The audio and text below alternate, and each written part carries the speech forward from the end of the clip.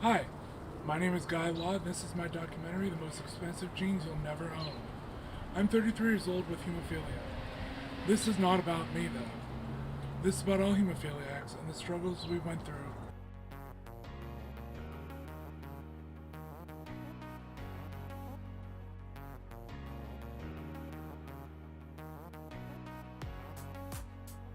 My name is Kyle Gertner.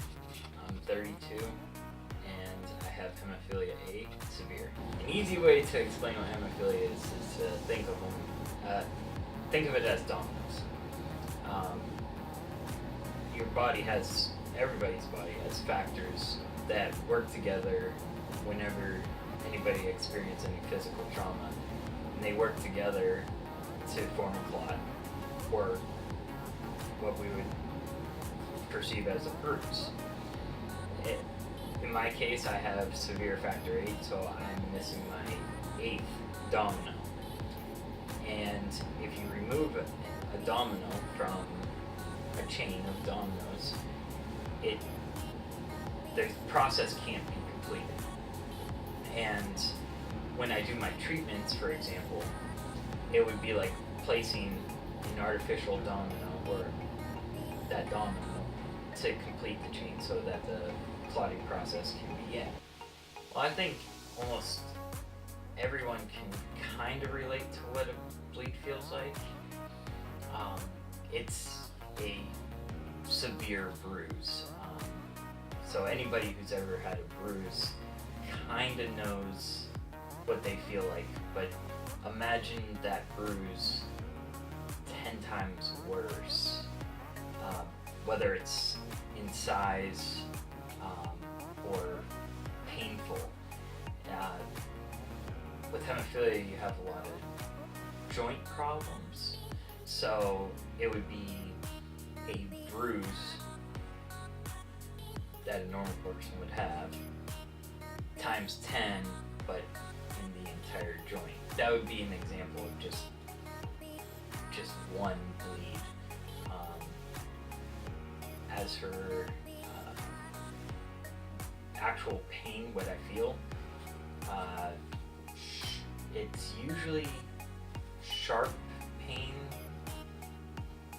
usually pretty hot, and real achy. It's kind of hard to explain, but it's painful.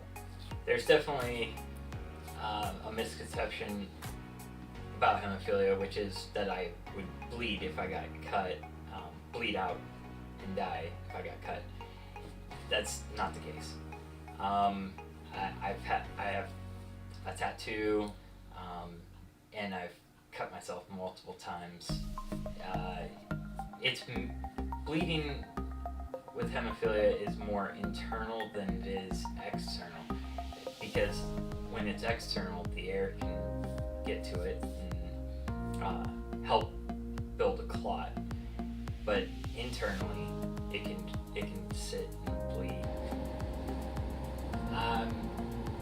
I hate to be cynical, but I just don't believe that there would be a cure.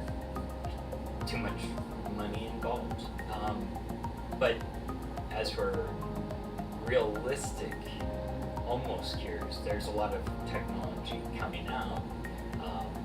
One being sub-Q injections, such as like what a diabetic would do. And the factor can last upwards of a week.